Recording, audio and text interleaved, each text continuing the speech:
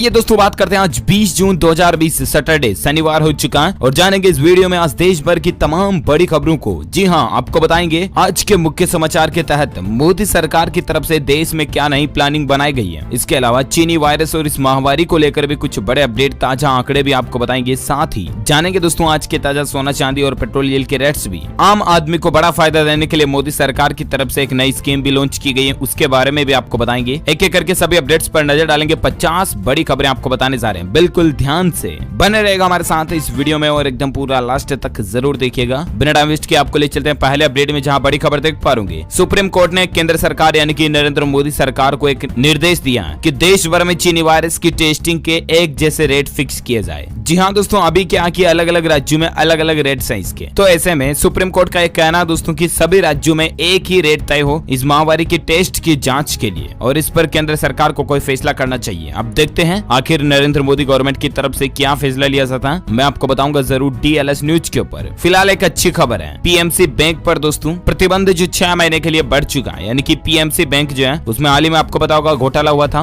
Punjab and Maharashtra cooperative bank जो है ना, उसके ऊपर लगे हुए बैन को तो 6 महीने तक बढ़ा दिया, लेकिन ग्राहकों को एक राहत ये दी है भारतीय रिजर्व बैंक ने यानी कि RBI ने, कि अब 1 लाख रुपए तक ग्राहक इस बैंक के खाते से पैसा निकाल पाएंगे। इतने दिन 50,000 रुपए 20,000 रुपए तक ही लिमिट थी, लेकिन उसको फिर बढ़ाकर 1 लाख रुपए कर दिया। तो ये दोस्तों RBI की तरफ से एक बड़ा फैसला लिया गया PMC बैंक को लेकर। चलिए साथ ही अगला अपडेट है कि अब आपके घर के पास ही आपको रोजगार मिल जाएगा। मजदूरों के लिए स्पेशली बहुत ही अच्छी खबर है। जी हाँ, PM नरेंद्र मोदी दोस्तों आज ही एक नई योजना लॉन्च करने जा रहे हैं जिसका नाम है गरीब कल्याण रोजगार अभियान। जी हाँ, ये एक नया अभियान हमारे देश में शुरू होने जा रहा है और आज सुबह 11 बजे सरकार इसका शुभारंभ भी करने जा रही है। बिहार राज्य से इसकी शुरुआत होगी और देश के कई राज्यों के लिए ये योजना लागू होगी। बिहार, उत्तर प्रदेश, मध्य प्रदेश, राजस्थान, झारखंड, उड़ीसा के 116 जिलों में 25,000 से ज्यादा मजदूरों को रोजगार देने के लिए ये नया अभियान शुरू किया गया। 125 दिन का ये अभियान है। इसके बारे में अपडेट मैंने आपको यस्टरडे के ब्रेकिंग न्यूज अपडेट में भी बताया था, आपको पता होगा, लेकिन मैं आपको रिवाइज इसलिए करा रहा हूँ कि आज ये नई योजना लॉन्च होने जा रही है, ठीक है ना। इसमें 25 अलग अलग तरह के काम सरकार मजदूरों को देगी, तो ये राहत की बात है। चलिए साथ ही अपडेट है कि गृह मंत्रालय ने दिल्ली सरकार को आदेश दिया कि होम आइसोलेशन नीति को खत्म करें, मरीजों को क्वारंटीन सेंटर भेजें। दरअसल आपको पता होगा अभी तक जो दिल्ली के अंदर अरविंद केजरीवाल सरकार ने ये नियम बना रखा कि जिन लोगों में चीनी वायरस महामारी के लक्षण या तो बहुत कम दिख रहे हैं या तो न के बराबर दिख रहे हैं, तो उनको घर पर ही आइसोलेटेड रखा जा रहा, राइट। लेकिन केंद्र सरकार ने अब दिल्ली सरकार को यह प्रस्ताव दिया है कि उन मरीजों को भी 5 दिन आइसोलेशन सेंटर में रखा जाए। देखते हैं अब दिल्ली गवर्नमेंट की तरफ से क्या अपडेट आता है, मैं आपको बताऊंगा। फिलहाल एक अच्छी खबर है, रेहड़ी पटरी वालों को फिर से काम धंधा शुरू करने के लिए सरकारी स्कीम से पैसा दिया जाएगा। जी हाँ, आपको बता दें केंद्र सरकार ने चीनी वायरस के संकट के बीच लगाए गए लॉकडाउन के कारण ठप हो चुके रेहड़ी पटरी वालों का काम दोबारा शुरू कराने के लिए आसान कर्ज योजना शुरू की है। ये एक नई लोन स्कीम है जिसका नाम है PMSVA निधि स्कीम। SVA बोले तो ये योजना ऐसी है दोस्तों की बहुत ही गरीब काम धंधा करने वाले जो लोग हैं उनको तुरंत 10,000 रुपए का लोन सरकार मुहैया कराएगी और इसके बाद इस लोन को 1 साल में हर महीने की किस्तों के रूप में लौटाना पड़ेगा। इस माइक्रो क्रेडिट सुविधा के लिए ministry of housing and urban और small industries development bank of India SIDBI के साथ समझौता किया गया। समय पर कर्ज लौटाने वालों को ब्याज में 7% तक छूट मिलेगी। ये भी प्रधानमंत्री जी की इस योजना में नई छूट मिलेगी। ये छूट की राशि लोन जमा हो जाने पर उनके बैंक अकाउंट में सीधी ट्रांसफर हो जाएगी। ये योजना दोस्तों पहले चरण में देश के 108 शहरों में लागू होगी, जहां पर फेरी वाले, रेहड़ी पटरी वाले, फुटपाथ पर दुकान लगाने वाले लोगों समेत तमाम स्ट्रीट वेंडर्स को काम धंधा शुरू करने के लिए मदद मिलेगी। इस योजना के लिए सरकार बहुत जल्द SVA निधि पोर्टल भी। फिलहाल आप एक अपडेट देख पाएंगे कि देश भर में 6 से लेकर 14 साल तक के सभी बच्चों के लिए एक समान शिक्षा प्रणाली लागू होनी चाहिए। ये इस तरह की याचिका सुप्रीम कोर्ट में दायर की गई है। भाजपा नेता और अधिवक्ता अश्विनी कुमार उपाध्याय द्वारा ये याचिका लगाई गई है। अब देखना यह है दोस्तों कि आखिर सुप्रीम कोर्ट क्या वाकई में देश में एक समान शिक्षा प्रणाली लागू करता है या इस पर क्या अपडेट आता है, सुप्रीम कोर्ट की तरफ से क्या निर्णय डिसीजन लिया जाता है। दोस्तों आप एक अपडेट देख पा रहे कि भारत और चीन की सीमा पर जो शहीद सैनिक हुए हैं ना, उनको 50 लाख रुपए पंजाब सरकार देने का ऐलान किया है। जी हाँ, आपको पता होगा हाल ही में चीन और भारत के बीच लद्दाख के गलवान वैली में सैनिकों के बीच झड़प हुई और इसमें हमारे 20 भारतीय सैनिक शहीद हुए, राइट। बिहार रेजिमेंट में शामिल जो सैनिक पंजाब से थे उनके लिए पंजाब के मुख्यमंत्री कैप्टन अमरिंदर सिंह ने अनुदान राशि को बढ़ाकर 50 लाख रुपए कर दिया। सामान्य तौर पर राज्य में शहीद हुए सैनिकों को 10 लाख रुपए दिए जाते हैं, लेकिन इस बार राज्य सरकार ने ये राशि बढ़ा दी है और अब शहीद सैनिकों को 50 लाख रुपए की मदद मिलेगी। भले ही दोस्तों मदद दी जाए, लेकिन मदद उनके परिवार वालों के लिए जरूर कुछ काम करेगी। लेकिन वो सैनिक जो देश के लिए न्यौछावर कर चुके हैं, जो देश के लिए, हिंदुस्तान के लिए अपनी जान लुटा चुके हैं, वाकई में ऐसे बंदों को दिल से सैल्यूट। इंडियन आर्मी के लिए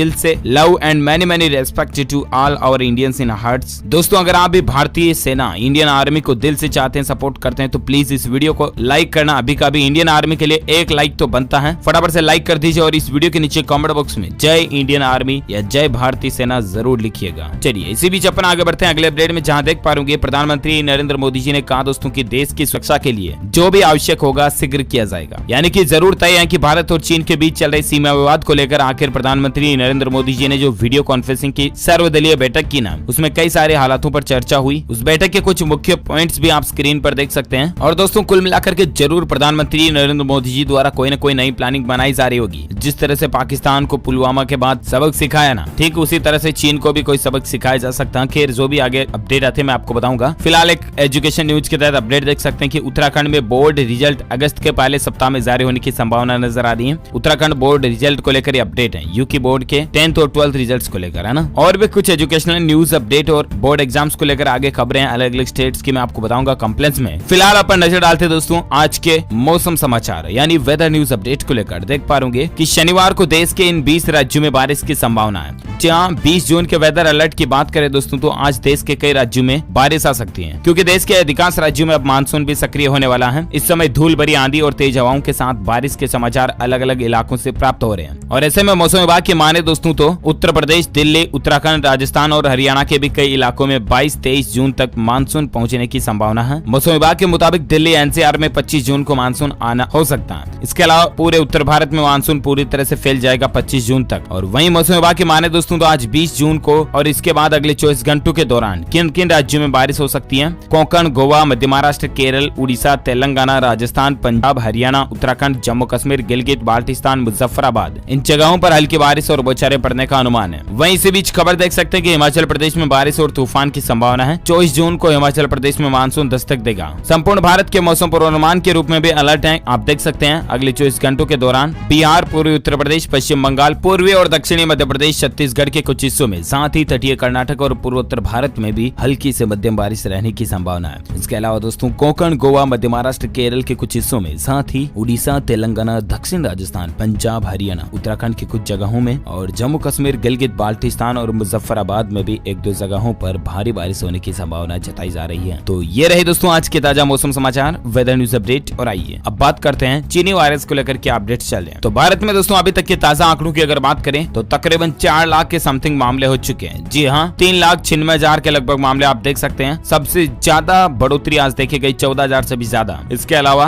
भारत में अभी एक्टिव केस है दोस्तों 1,68,000 से भी ज्यादा। वहीं 2,14,000 से ज्यादा लोग रिकवर भी हो चुके हैं, यानी कि रिकवरी रेट काफी अच्छा बढ़ रहा है, राइट। टोटल जान जाने वाले लोगों की संख्या तकरीबन 13,000 तक पहुंच चुकी है। तो ये रहा दोस्तों आज का ताजा चीनी वायरस को लेकर अपडेटेड आंकड़ा। वहीं आप देख सकते हैं स्वास्थ्य मंत्रालय द्वारा जारी कल तक के जो आंकड़े थे उनमें 380 थे कुल केस और 12,573 टोटल जान जाने वाले लोगों की संख्या थी। और इसी बीच खबर है राज्यसभा चुनाव परिणाम को लेकर देख सकते हैं, आपको पता होगा कल ही यानी कि 19 जून को राज्यसभा के चुनाव हुए। 24 राज्यसभा सीटों के लिए मतदान हुआ। इससे पहले मार्च में ही 37 प्रत्याशी निर्विरोध चुने जा चुके हैं। अब दोस्तों अलग अलग राज्यों की सीट पर यहाँ पर अब तक के जितने चुनाव परिणाम जारी हो चुके हैं उनकी जानकारी दी हुई है। एक एक को तो मैं बोल नहीं सकता, बहुत ज्यादा लंबा हो जाएगा। आप यहाँ स्क्रीन पर वीडियो को पॉज करके देख सकते हैं। कुछ और इलेक्शन के अपडेट भी है, चुनाव से संबंधित खबरें मैं आपको आगे बताऊंगा। लेकिन फिलहाल अपन नजर डालते दोस्तों आज के ताजा सोना, चांदी और पेट्रोल डीजल के भाव को लेकर। तो अपडेट देख सकते हैं सराफा बाजार में सोने की कीमतों में 72 रुपए की बढ़ोतरी देखी गई। 47,427 रुपए प्रति 10 ग्राम तक अभी सोना पहुंच चुका है। वहीं चांदी में 0.32% की बढ़ोतरी हुई और उसके बाद चांदी का भाव 48,015 रुपए प्रति किलोग्राम चल रहा है। वहीं साथ ही बात करें आज के पेट्रोल और डीजल के रेट्स को लेकर तो आप देख सकते हैं कीमतों में बढ़ोतरी जारी है। लगातार 13वें दिन भी पेट्रोल डीजल की रेट में बढ़ोतरी हुई है। जी हाँ, आज दोस्तों पेट्रोल की कीमत में 56 पैसे की बढ़ोतरी हुई और डीजल की कीमतों में 63 पैसों की बढ़ोतरी हुई है। उसके बाद बेसिकली पेट्रोल का रेट चल रहा है 78 रुपए कुछ पैसे और डीजल का रेट 77 रुपए कुछ पैसे। अलग अलग स्टेट के अकॉर्डिंग कुछ रेट्स अलग अलग हो सकते हैं, डिक्रीज एंड इंक्रीज आपको देखने को मिल सकता है। तो ये जानकारी अपडेट्स हैं। और इसी बीच खबर है दोस्तों की करंट अफेयर्स के लिहाज से ध्यान रखिएगा स्टूडेंट्स के लिए जो कॉम्पिटिटिव एग्जाम की तैयारी करें उनके लिए। रिजर्व बैंक के पूर्व गवर्नर जो है उर्जित पटेल वो NIPFP के चेयरमैन बनने जा रहे हैं। केलकर जी का वो स्थान लेंगे, यानी कि पहले केलकर हैं वो रिटायर होने जा रहे हैं और अब उनकी जगह ये बैठेंगे, ठीक है ना। और इसी बीच खबर है कि CRPF के करीब 1.5 लाख जवान जवान शनिवार को